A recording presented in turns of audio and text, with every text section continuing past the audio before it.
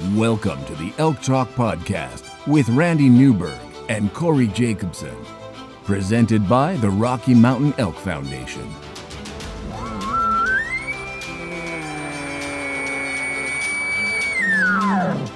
The goal is what little you and I know about elk hunting, we share with people.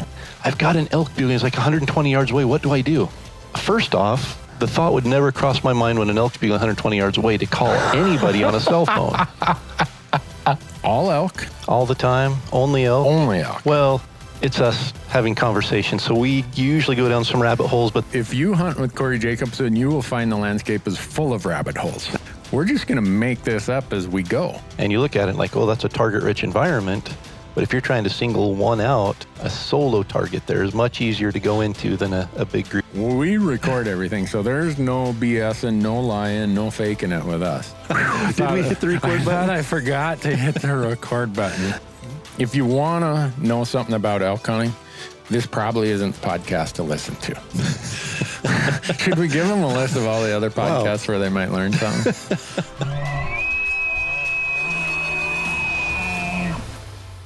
Corey, good afternoon.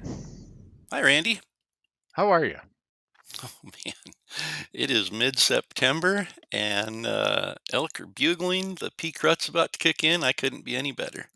Really? So in this series that we're now doing September 15th through the 21st. And I got on my phone here, I have the Elk 101 article you wrote. And I'm trying to see as I read this, could you be any more excited in 2025? I mean, if you were trying to hide your excitement for the third week of the month, you're not doing a very good job in this article out there at elk101.com. I know, and we'll see because, the next 7 or 8 days are going to see if I was right or not. But it's been a long time, and I don't remember if we've ever had an alignment of so many great things that contribute to the elk rut happening on the same calendar year, and they all come together this next week. Yeah. Yeah, that's too bad. We'll probably get some extreme heat or fires will shut down areas or something like that. But if the weather cooperates and does what it normally does during the third week and things just align here, this Yeah. should be, I mean, this is the week that I've put all the eggs in my basket as far as the week that I've taken for the hunt that I'm most excited for. Yeah. So if you had a really special Wyoming elk tag that you could hunt with a bow the whole month of September, but your mother's birthday is on September 18th, would you go to the birthday party or would you go elk hunting?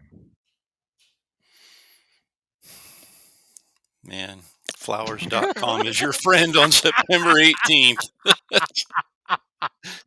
You can order birthday flowers one day and the next day order I'm sorry flowers that I wasn't at your birthday. Yeah.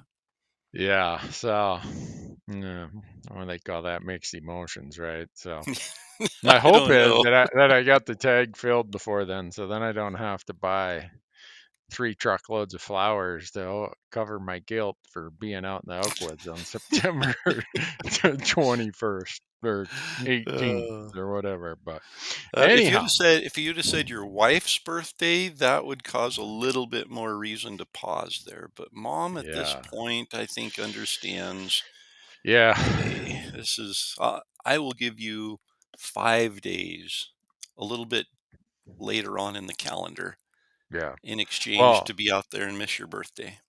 I did that. Christmas is like my mom's gig. That's what Yeah. mom lives for. Yep. But going to Duluth, Minnesota in December sucks. But Randy, it's a trade-off to be able I to be in know. the Elkwoods on September 18th, which if I have to pick a day that is going to be magical this year, it would be September 18th. Wow. All right. Happy birthday, Mom. Yep. Here's a picture of my bull.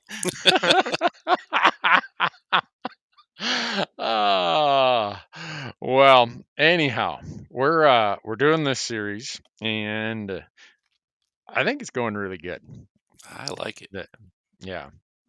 So we did September 1st through the 7th, September 8th through the 14th. Today, September 15th through the 21st. When we talked about last time, we were just coming off the quarter moon. Is that right? Yeah, I mean we're into the so we've got the new moon on I believe the 22nd, 21st. 20, 21st. Yep. 21st. Yep. So new Yep. moon's on the 21st. So the very end of this week it will be absolutely dark, which means this next week will be going from minimal light to no light at night, Yeah. which is going to force the elk to be active longer during daylight hours, which is what we want as hunters because the more active they are during daylight, the more opportunity we have to chase them. Yeah. We talked about last week that compared to the first week of September when the bigger bulls are just kind of staging nearby and letting the younger guys do all the work. Last week, the big bulls started showing up saying, I'd hate to have to whoop you, but But I I'm here would to if I do have that. to. So at this point, when you get to September 15th-ish, somewhere in there, is it safe to say that if you got big groups of cows or even, 10 cows, there's probably going to be one of the older bulls in charge at this point? They will be showing up this week to be in charge if they aren't already there. Yep. Yeah. This is the week when the big bulls know I'm not sitting on the sidelines any longer. Yeah. You mentioned the prior week, especially the first week was almost like preseason. This is like the playoffs. Yeah. It goes from preseason to the playoffs in the course of about 7 or 8 days. Yep. And this is there's plenty. Is it safe to say that at this time these bulls that hold these cows are super aggressive and are not going to put up with anyone being nearby to the Yep. extent that they're tough enough to enforce the rule? Yep, they're getting very protective now. They don't want an intruder getting close to the cows because during this week there will be cows that come into estrus. There will be cows that get bred during this week, and the big bulls, the mature bulls, the breeding bulls know that, and they Okay. don't want another bull coming in and taking ownership of the cows. They don't want to take a chance of missing out on that. So they've gone from no breeding activity really for the last 11 months and 2 weeks to it's all taking place over the Uh, next 2 weeks here. And they yeah. know that. And so this Yeah. is kind of the front end of that where they'll get run down towards the end. It'll be like just another annoying bull running around out there. I'm so focused. But right now, they're this is like the perfect storm. And I always utilize a couple things here. First, the fall equinox that lands on September 22nd. And so as the daylight hours get shorter on the 22nd of September, they're going to be equal to the nighttime hours. So the hours of darkness are going to equal the hours of daylight on September 22nd. That decrease in daylight is what triggers the cows to come into estrus. So it's usually within 3 or 4 days of the fall equinox that the cows start coming into estrus. And it can go either direction, but I always kind of use that 3 days, 4 days ahead of the fall equinox is when things get real. And so that's why I said this the 18th of September is it should be magical. That's when the cows will start estrus cycles, the bulls will start breeding, the days leading up, so the 15th to the 18th, 19th, 20th, somewhere in there, they're going to be super aggressive. They're going to be super protective. They're going to be super territorial, and they're not going to be completely locked in on breeding yet. So that's why I really think this third week is the week. Typically, on every season, I would say the third week is going to be the best week for having efficiency in calling in bulls. The fourth week, the intensity ratchets up even more than this. The vocalization, the bugling, the chaos that takes place 24 hours a day now gets even better. But you have a trade-off there, and that is the bulls are going to be focused on breeding, and they're going to be a little bit more difficult to pull away from the herds. So the third week is kind of the best of all the worlds combining. And this year, we get the benefit of no moon during pretty much the entire third and fourth week. Yeah. So this week here, say an older bull's come in, he ran, you know, peg leg Pete out of there and said, "Pal, I hate to tell you this, but I'm taking these gals. And if you want to fight about it, this could be bad for a three-legged elk like you." Uh, but is there any chance that the victor, who got the spoils of victory, it sounds like there's still some chance because of how aggressive he is, and it's not the full-on estrus cycle. You might have a chance of pulling him slightly away from his cows, at least to come and challenge or to come and look or Absolutely. Yeah, and that's what makes this week so great is they're not locked in on breeding yet, so they are willing to leave their cows and come in 200 yards. They're still very protective of their cows and they don't want another bull coming in and stealing a cow off, but they will turn and come into a fight still. By the fourth week, it's a little bit more difficult. They're going to lock in and you can scream all the challenges and insults you want, but that bull, if he's got a hot cow, is probably not going to come into fight at that point. He's already established the dominance. He's already got the cows. They're ready to be bred. It's a little too late to get mouthy at that point.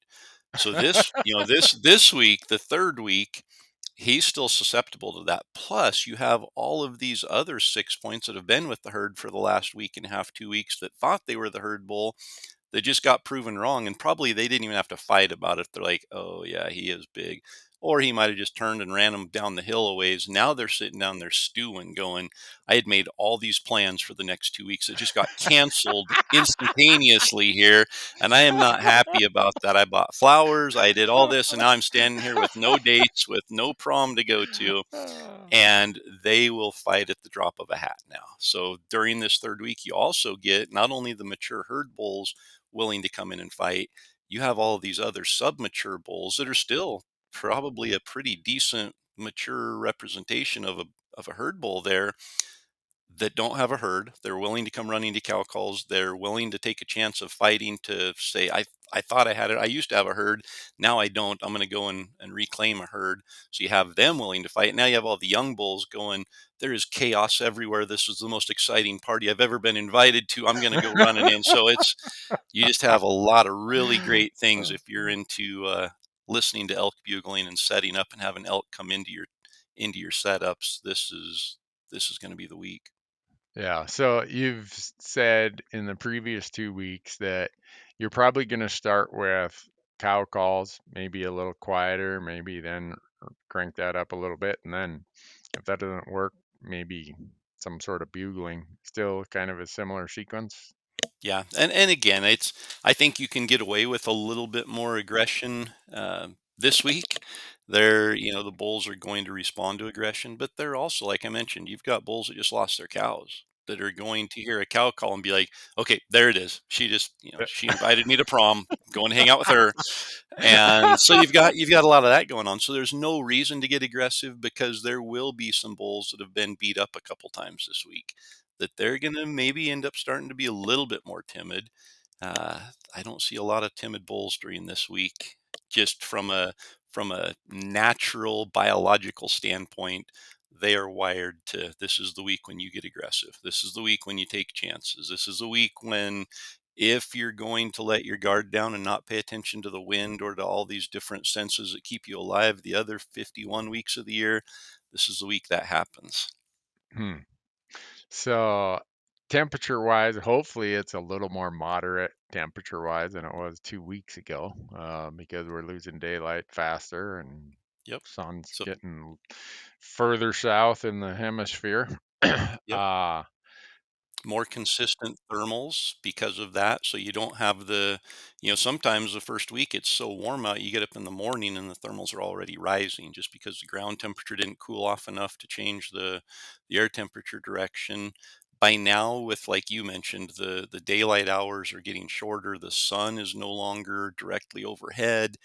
The ground just doesn't warm up as much, and that means it cools down more at night. So you do get more of a contrast in thermals. You get more of that diurnal change at the normal time taking place. Even if the weather is generally a little bit warmer for the third week of September, you're still going to have the nighttime cool down, which is going to give you more consistent thermals in the morning and again in the evening. So thermals are going to be working in our favor.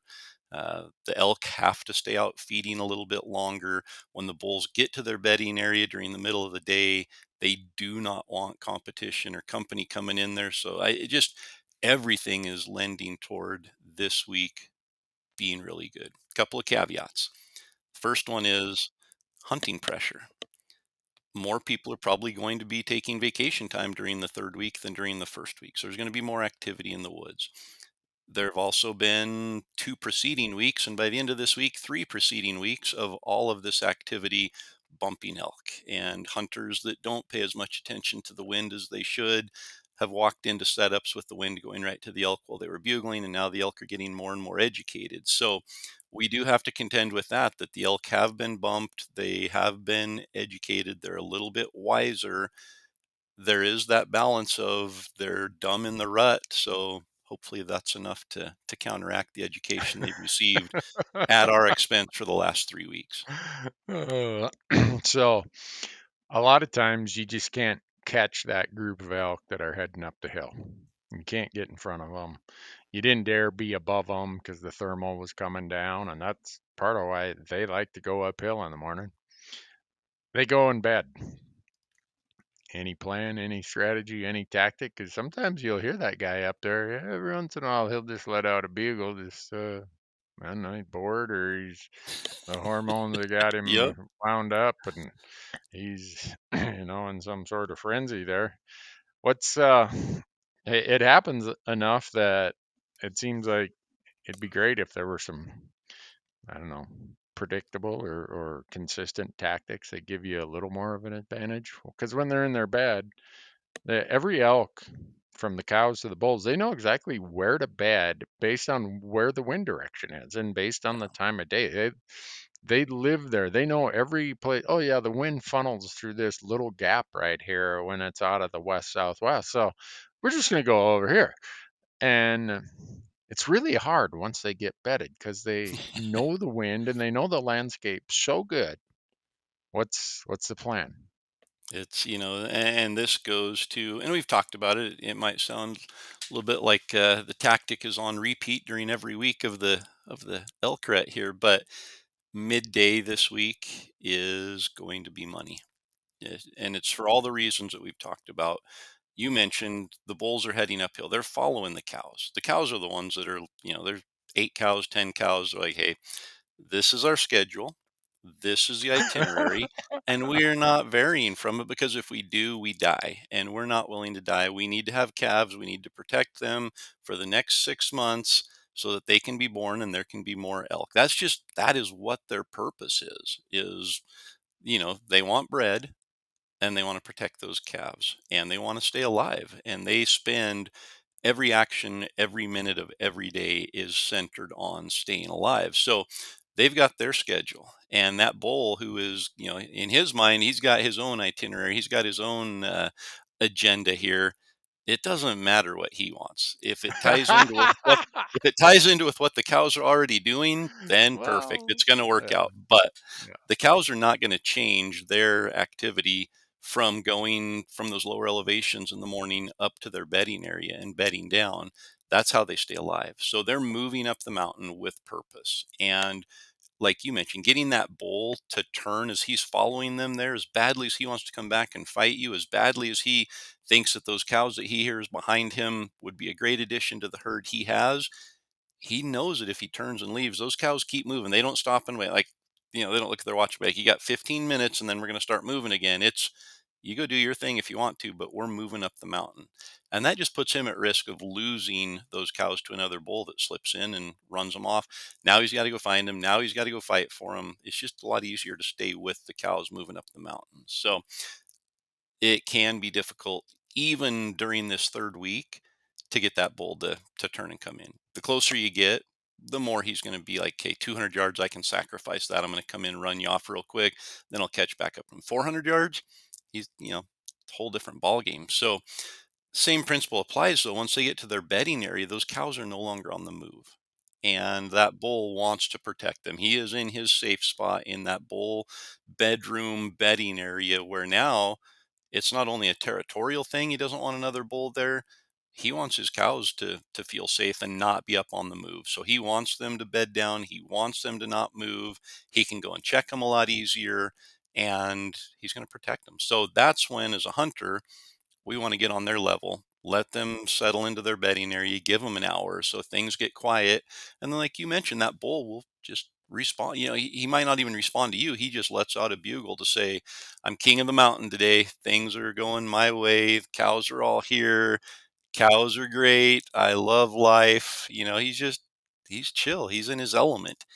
And when you hear that, you don't even have to bugle back. You just go quiet. You slip up there. You know where he was. He's not moving middle of the day. So that's the beauty of, you hear a bugle in the morning and you run up to where that bugle's from and you bugle again. He might bugle from a mile away. He's already moved, and they can move so much faster than us. In their bedding area, he's not moving. He is there, and he is going to be laying right under that same tree he just bugled from 30 minutes earlier. So we move in as quietly as we can. We get on his level so that he's not above us or below us. That helps with a lot of different things: thermally, physical disadvantage for the elk, visual advantage for the elk, all these things. We talked about it in the last episode. But you get in there, and an elk, when they're in their bedding area, they're not worried about danger that's 400, 500 yards away. They're worried about danger that's 200 or 300 yards away. So you can get away with a little more noise. It's not like you're tiptoeing from 500 to 300 yards. You don't want to break branches. You don't want to alert them that anything's coming, but they're pretty relaxed in that setting as long as you have the wind good. They're listening for danger approaching them from above, or they're watching an open hillside from above, and then they're using their noses for anything that might be trying to come in from below them. But from a side hill perspective, they don't have an advantage with the wind. They can't see nearly as good looking side hill as they can looking up or down. So you've got that advantage. As long as you're relatively quiet, it's pretty easy to get inside 300 yards of a bull elk that's bedded. You'd have to make a mistake to alert them that you're coming. And that's really all you need. If you can get inside 300 yards and get set up where there's a good game trail for that bull to just naturally get up, walk straight across the hill and come in, he's probably going to do that because he wants to protect his cows. He is in his safe spot, and his cows aren't on the move. So this third week, obviously I'm going to be out joining in the chaos that takes place from 6:40 a.m. until 9 o'clock a.m. when they make it to their bedding area, whatever the times Right. are. There's going to be 2 or 3 hours of really good bugling, a lot of vocalization and activity taking place. But then things are going to slow down and die off into the bedding areas into mid morning, and I'm going to be there. And I'm going to take my boots off, and I'm going to eat some trail mix and a jerky stick, and I'm just going to rub my fingers together waiting, because midday madness during the third week this year is going to be incredible.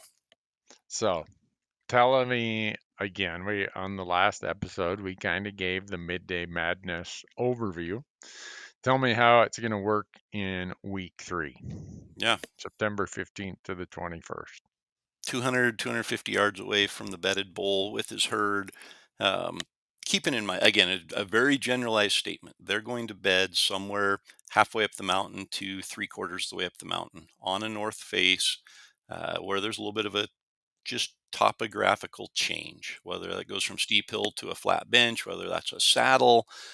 Saddles are nice because it pulls the thermals up from 2 different draws and the ridge out of that saddle. So they're getting a lot of scent coming up to them, and they have escape routes either direction. So saddles are great, benches are great, but that's where they're hanging out. So we get in there, we get set up, we find these perfect areas where a bull can just walk into as comfortable.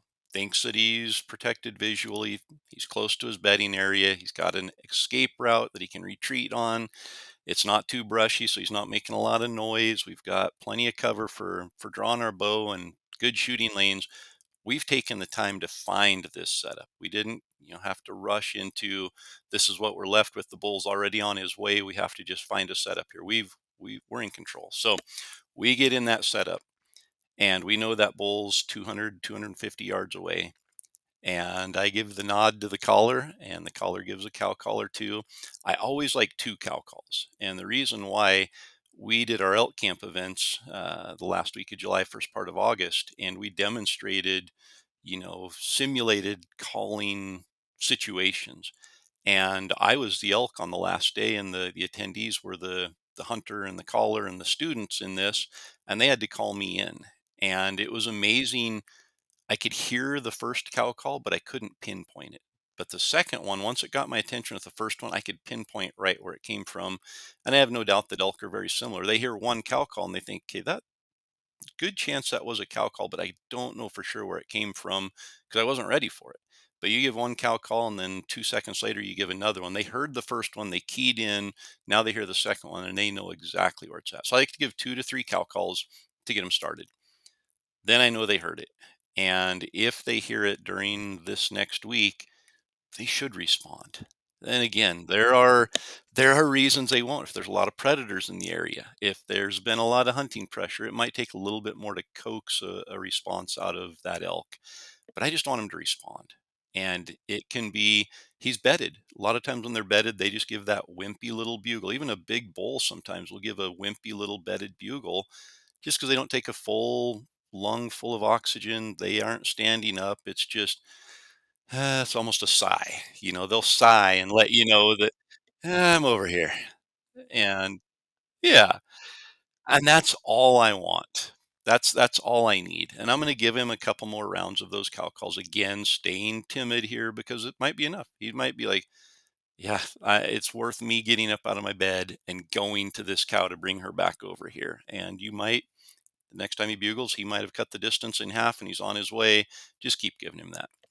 But if he stays there 3 times and responds 3 times from his bed and hasn't moved, I'm going to trip the trigger and I am going to light him up in a way that if you thought he couldn't resist it the first week and the second week, this week is full throttle reaction from the bull and he can't control it. So we're going to give him those cow calls. He's going to respond. We're going to be quiet for a minute or two. We're going to give him cow calls. He's going to respond. And then when we're ready to hit him, I used to say cut him off, and I know a lot of other people when you get aggressive with bugling, they're like, you want to cut him off.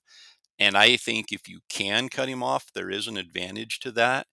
Uh, but the problem I run into is when I cut a bull off a lot of times, my challenge is so abrupt and so aggressive that a lot of times I finish it and I hear him still chuckling and he didn't hear the full challenge. So I like to wait until he finishes. And the second he finishes his bugle, then I hammer him with the challenge. And the challenge bugle is going to, you can't even, you don't even have to describe the sound of it.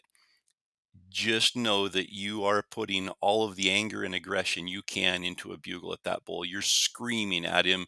You're telling him, hey, it's you and me on the mountain today, and this one cow that's at stake here is going to be settled over you and I getting together and tangling up here. So you just have to,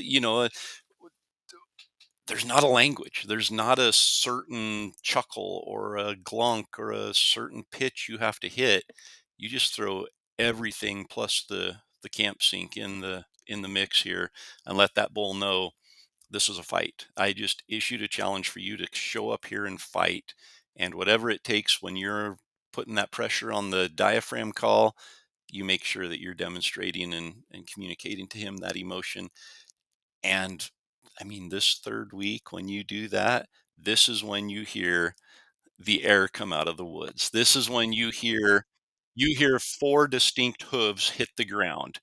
He elevates into the air and his feet hit the ground, and most of the time it's churning up dirt coming your way because everything that he doesn't like just happened all at once right there. And you can hear he's not careful about coming through broken branches. He's not careful about, you know, trees that are in his way. He's tearing trees out of the ground. You can hear him breathing coming down the hill. Every time his foot hits the ground, you can hear lung air coming out. And draw your bow and be ready. Yeah. So going back to that sequence a little bit, you did these series of cow calls and he laid there in his bed, responded with a kind of sigh bugle. And you say, all right, I'm going to get him up. I'm going to get him challenged. Do you do it from the same location or do you try to move closer once you say, I'm going to take the top off here? I've got a good setup right there. If I move closer, I don't know what I'm moving into, and I might move forward and be like, that setup back there was better. I can't go back at that point because when the bull gets to the point I just walked to and smells where I stood, he's gone. So once I move forward, I've got to commit to that location. And if I have a good setup at this point during the third week, I don't think 200 yards versus 275 yards is going to make a lot of difference in this. 200 versus 400 is going to make a difference. But once I find that setup, I'm not moving ahead from cow calling to issuing the challenge. There's times where I'm like, I got to get closer. I got to get closer. And I get 100 yards. And all of a sudden I do something stupid. And all of a sudden, all I hear is just, thump, thump, thump, thump, thump, sounds like herd of buffalo taking off. Well, there's a herd of elk taking off. And I Yeah. screwed it up because there is always, if you ever look at how cows bad and orient themselves, they've got every lane of visibility covered. One Yeah. of them does. And they're all probably close to the same consistent wind patterns based on the thermal and the prevailing wind. Uh, but it's really hard. You're trying to sneak in and get closer on a dozen animals. That's a lot different than that raghorn that you saw, on September 2nd, who was over there. He doesn't have a lot of wits about him anyhow. These cows have saved more bulls. It just how it works, and Yeah. so I always want to emphasize how close you need to be or don't need to be. That's good to hear that you don't need to be as close as I sometimes flounder into. Yeah. So we talked early season when the bulls are in their bull bedroom. Sometimes you have to push in a little bit and get close, but then they're by themselves. They aren't with cows typically. In the fourth week, which we're going to talk about in the next episode, they're locked in on cows. So if you want to pressure them when they're on the move or when they're in a meadow with cows around them, you've got to break that barrier. You've got to get in as tight as you can. And sometimes there is a big difference between 100 yards or 170 yards. So, you got to take a little bit more risk then. During this third week, though, 200, 250 yards is plenty sufficient to send the message you want to send and get the reaction you want to get out of that bull. Yeah, water a valuable tactic this time of the season, as much so as earlier in the year or earlier in the season. Yeah. I mean, the bulls are going to be very active. They're going to be, heating up for sure. They're going to have the benefit of hopefully cooler weather. So they aren't going to be as reliant on needing to go to a wallow, but they're also going to be more worked up and more active. So wallows are still going to be active. They're still going to be a good bet. The bulls are still willing to leave their cows for a little bit and go a little distance. So if there's a wallow close to a bedding area, can be a place to set up. But realistically, elk should be vocal. And if they're vocal, I'm not wasting time just sitting static, hoping a bull comes wandering into me. I'm going to be a lot more mobile trying to find that vocal elk. So this is the week when we're putting miles on, and just knowing if there's an elk in the area, he's probably going to be more likely to be vocal this week. And if I'm not hearing bugles, I probably need to get over the next ridge. Yeah. So you ever call in the dark before daylight? Yeah, absolutely. And I think the night before is a great time to call in the dark and locate a bull and then be there in the morning rather than getting up 3 or 4 hours early in the morning and going out there. Because the problem with doing it too early in the morning is when that bull responds, if he responds and he happens to be 300 yards away, and it's not daylight yet, there's a Yeah. chance he might come in and you can't do anything with it. And then there's a chance that he's going to smell you. And so I don't like getting into an elky area too early during this time. I want to show up there at daylight. And if that's 4 miles back in, that means I have to get up quite a bit earlier and hike in the dark to get back there. But I'm not really doing a lot of locating pre hunt in the morning. Yeah. So with that, you're hearing a lot more bugles this time of year. Yeah. Do you go, all right, I called into this basin. I just heard three bulls down there, which happens at times this time of year. Well, I'd like And to they're, know where because I'll be there. Three bulls do, is, yeah. do you pick or choose, or is it possible for you to determine, hey, here's the guy who has the cows? Because the odds are, if there's one basin and there's 3 bulls, there's one group of cows, and one of them is in charge, and the other 2 are walking around frustrated as they can be, saying, well, if I scream at him loud enough, maybe he'll give up. But he ain't giving up. So do you, how do you play something like that? You kind of can tell over if you listen long enough that, okay, here's the guy with the cows. Well, the first thing that you always have to remember when you get one response or 10 responses is ask yourself, what are the thermals doing? Because I don't want to go after the one that sounds the biggest and the baddest on the mountain at the expense of the other 2. And so if I, approach the one and in so doing blow the other 2 out and they smell me, those are no longer an option. And so I always take into account, what are the thermals doing? I need to make sure and move in a way that's not going to bump any of these elk. And I'm probably going to start with the first one and call it in. Try to call it in, even though it might not be sounding like the king of the mountain. It might not be sounding like it's overly aggressive. I'm just going to pick them off one by one in the order that the thermals dictate.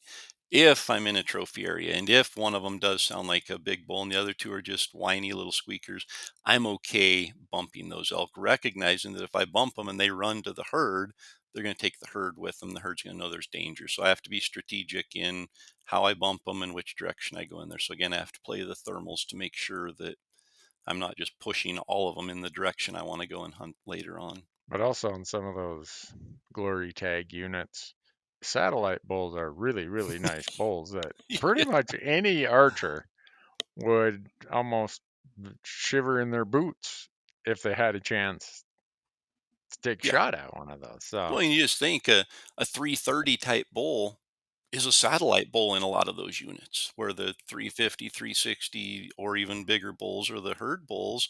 They're the ones that just beat up the 320 and 330 bull that's now a satellite bull that still thinks he's the king of the mountain, and by all rights, anywhere else he would be. So he still has the same attitude. He's just now without cows and without a fight. So he's a lone bull looking for a fight, and yeah, those ones can sometimes come in awful quick. I shoot those on or shoot at That's those right. ones. I don't So know. You've told me about your practice this summer, and I don't think there's going to be a lot of shooting oh, at elk this year. well, I hope you're right, Corey. I've went out of my way to do all these specific exercises and bow. If I miss, it is purely because I got excited. And this is the other part. I get excited when I hear a bugle close by. I don't care if I'm rifle hunting or archery hunting. I look down and I'm like, man, how do I control the shivers and the shakes here? Uh, no, and that's But that's as you why I were. do it. Yep. As you were talking earlier about getting inside that 200, 250 yards, getting set up, cow calling, the bull answers, cow call, the bull answers. When I know what's about to come, when I know that I'm about to unleash the challenge on that bull, I get butterflies in my stomach because of just that anticipation. That is for me, obviously, when that bull comes in and steps into the shooting lane, that's kind of the peak of the excitement. Yeah. But right before I issue that challenge for the first time, and I know that that bull's not going to be able to resist this, I get those butterflies in my stomach because of, and like you said, that's what keeps pulling me back. I'm looking for that interaction. And I've said it before that I'm not a trophy hunter. Yeah, I want to hunt big bulls. And if a big bull's in front of me, I'm going to shoot it. But for me, it's more the size of the fight that I have with the bull than the size of the antlers when the bull finally shows up. And if I have to, if we're cutting each other off and screaming and I'm putting that emotion in there, I'm building up anger towards that bull. And when he steps in, he might just be a 5x5, but he's gonna get the arrow. Well, one of the problems I always have is I think they're further away than they really are. Yeah. And I end up too close sometimes. I'm like, well, I got to sneak through here, and then I'm going to use this wind when I get set up over there. And then I'm like, uh-oh, that guy's only 70 yards away, and I don't have a place to set up. How stupid was this? Yeah. I don't know why I'm so bad at that. That's So there's, and we did a full activity at the elk camp event, learning how to judge distances to bugles, and we demonstrated. I had two quote unquote elk out on the mountain, and with radios, I'd say, "Okay, Sam, go ahead and bugle facing us." And now walk 10 yards away over the backside of a ridge and face away from us and bugle. And to see people's faces light up with, like, oh my goodness, that sounded like he was in another county and he was only 10 feet away from where he just bugled from, is super helpful. But then it's also helpful to identify the different sounds that you hear when an elk bugles. If an elk is, you know, facing you in bugles and then he stands in the same place and turns away, it's going to sound different, but you can almost tell the location hasn't changed. If he's on the backside of a ridge that's just 150 yards away, it might sound audibly exactly the same as if that bull was 400 yards away across the canyon from you, but you're going to hear different things in that bugle, like the echo. When you hear a bull facing away in a draw and he bugles, you're going to hear the echo after the bugle. If he's straight across line of sight from you and he's 400 yards away, there's not going to be that same echo that you hear. So there's little things you can pick up on in the bugle to determine he's straight line of sight from me. And that tells me he's a little farther away. Or I heard an echo there and it's muffled because there's a ridge 80 yards in front of me. He might just be on the backside of that ridge.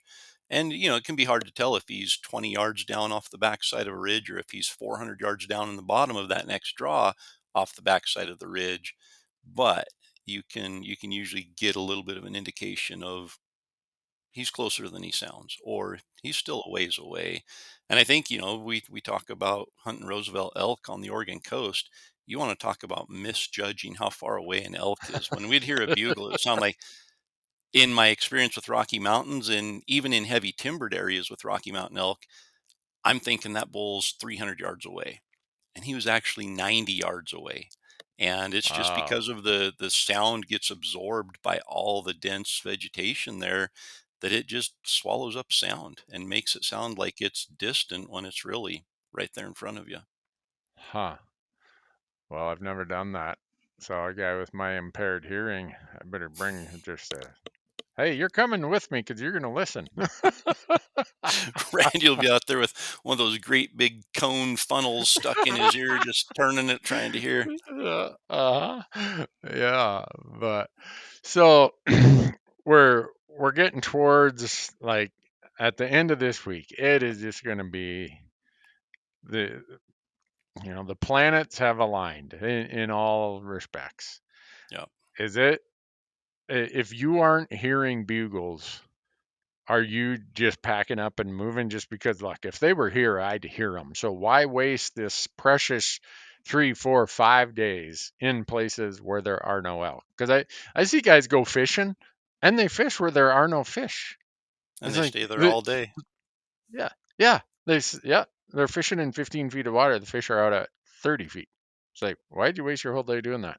And here, if you're lucky, they're going to tell you if they're there or not. So how much time do you give a spot if you aren't hearing elk this time of year? Yeah. And there's two things. If you aren't hearing elk this week, it probably means there aren't elk there. Or it might mean there are elk there that aren't very vocal. And if there are elk during the third week of September that aren't vocal, there's a problem. And that problem is either hunting pressure or predators, namely wolves. But there's an issue if there is an elk that's tight lipped during the third week of September. And rather than try to figure out what to do to overcome that or trying to, analyze the obstacle that's in front of you, I'm just moving. I'm going and finding an elk that's vocal, because if I want to call that elk in, which is my whole goal, and it gives me the better chance of getting a good shot. When a bull comes into my setup, I'm static. The bull is mobile. He's coming into my setup. It gives me the best chance for a good shot. If I have to go and chase a bull, or a bull is coming in timid and taking 6 steps and stopping and scanning the area and then 6 more steps, he's going to see, he's going to hear, he's going to smell.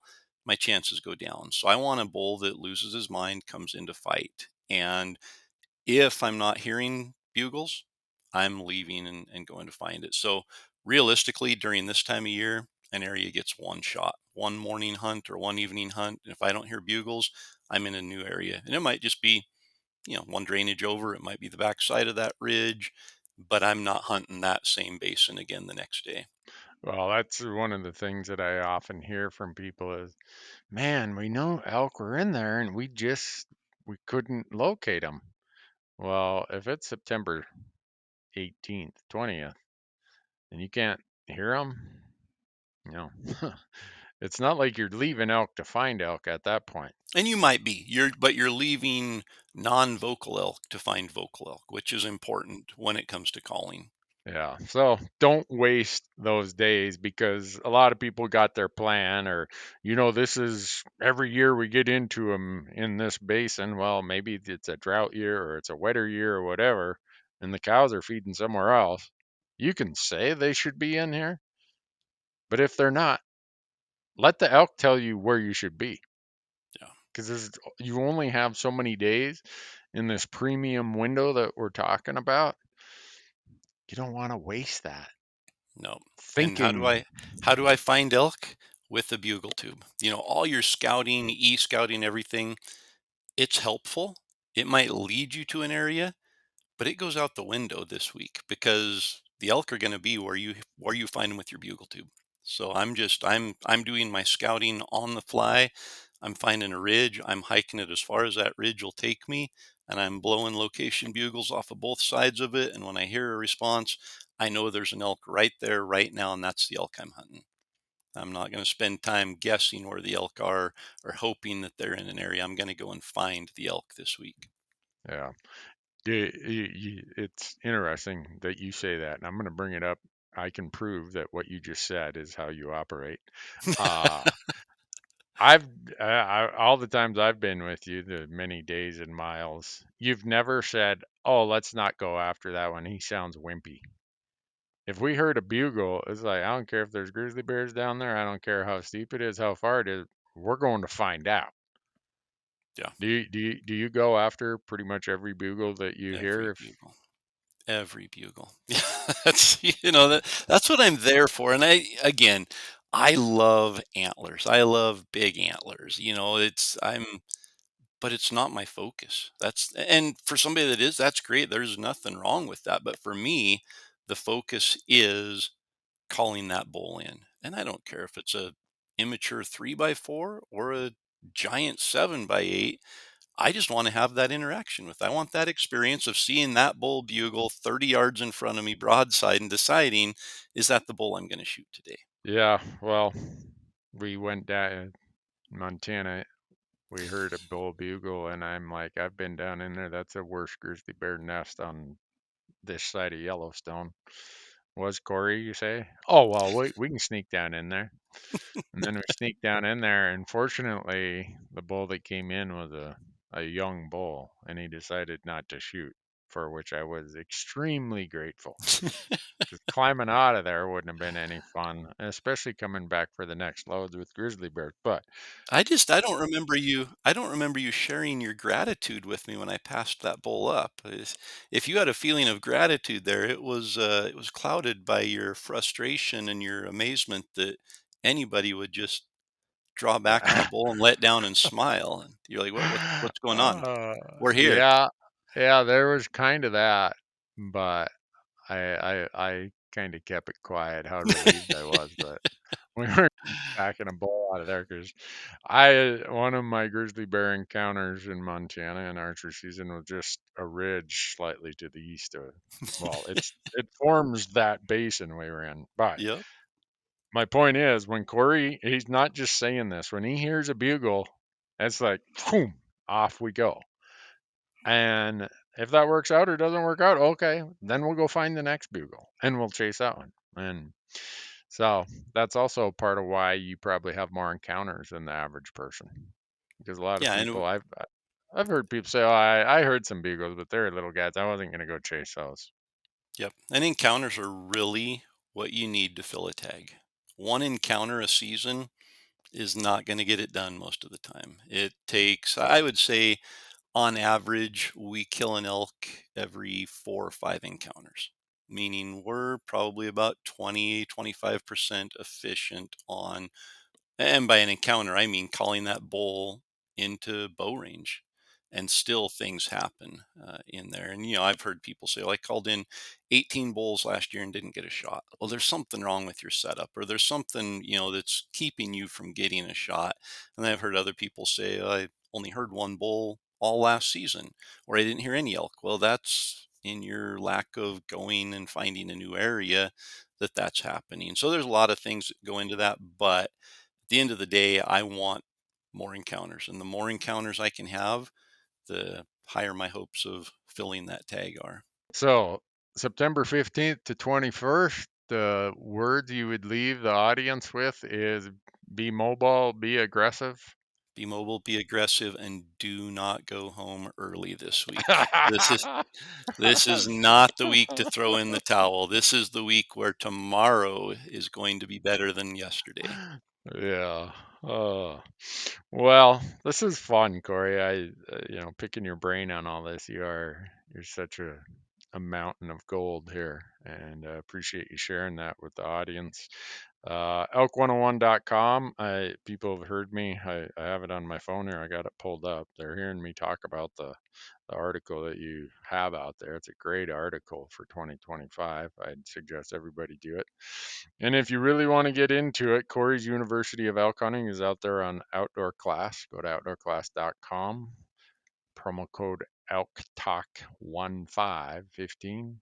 I Yep. think saves them 15%. Isn't that what the 15 is all about? Well, it's 15% off of the price that's already reduced, I think Right. $30. Yeah. So I it's know. already reduced 30% right now. If they go out there, it's going to save them another 15. So I don't know. I should know this is a $49 or $59 that they can sign up for. It's regularly $99. So use code Elk Talk 15.